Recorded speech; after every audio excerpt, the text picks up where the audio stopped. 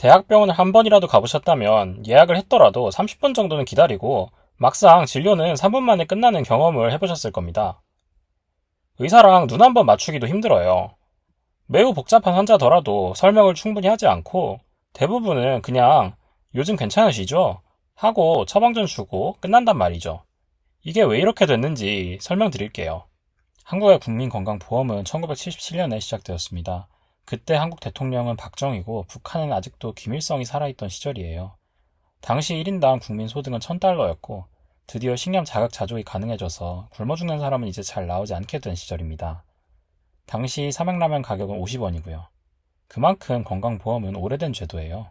50년이 지나고 2023년 기준으로 한국의 1인당 소득은 36,000달러입니다. 빠른 시간 내에 엄청난 성장을 이룬 것이 사실이죠. 소득은 36배, 짜장면은 30배 오를 동안 공산품에 가까운 라면은 14배 정도로 조금 느리게 올랐네요. 그런데 진찰료도 라면과 비슷하게 14배 정도밖에 안 올랐단 말이죠. 진찰료는 건강보험심사평가원에서 결정하고 의사들은 그 결정 과정에 참여하지 못합니다.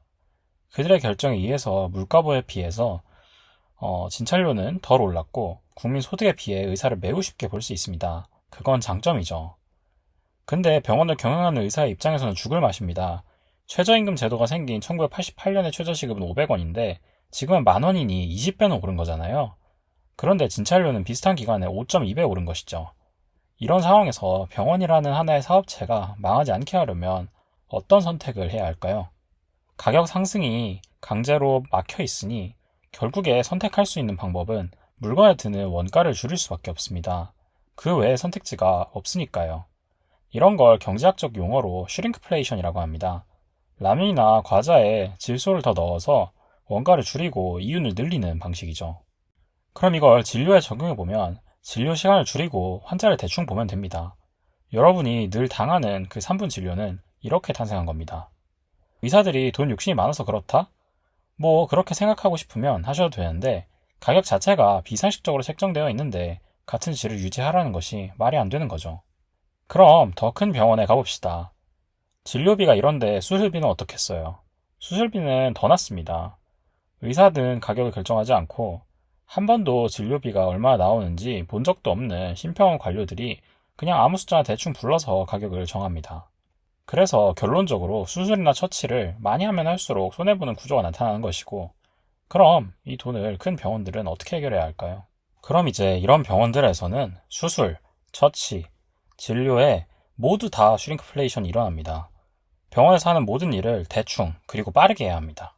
게다가 큰 병원은 이제 일하는 의사가 사장이 아니라 월급 받는 직원이잖아요. 병원장 입장에서는 대충 빠르게 하지 않는 사람은 잘라버리면 됩니다.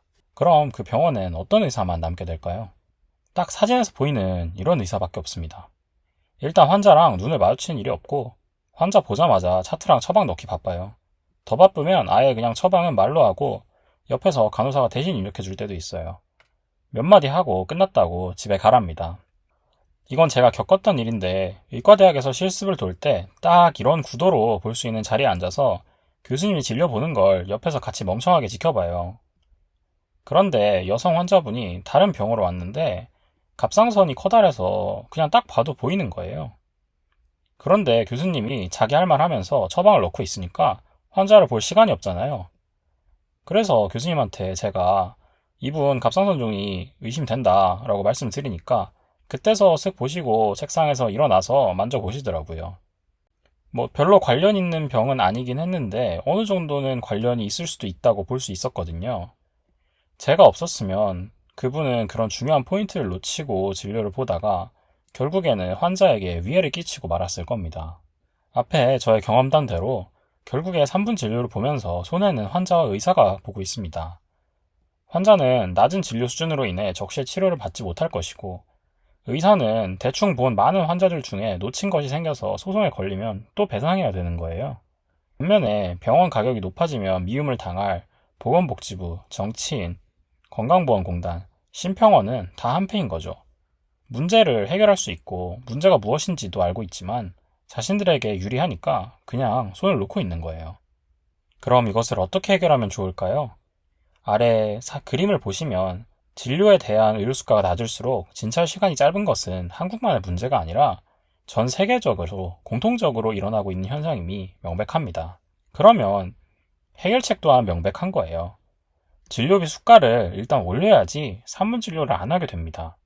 그럼 진료비를 많이 받고 의사들이 똑같이 일하면 어떡하냐고 생각하실 수가 있어요. 근데 그건 그때 가서 병원 평가 등으로 진료의 질이 낮은 병원은 수가를 깎아버리면 되는 거죠.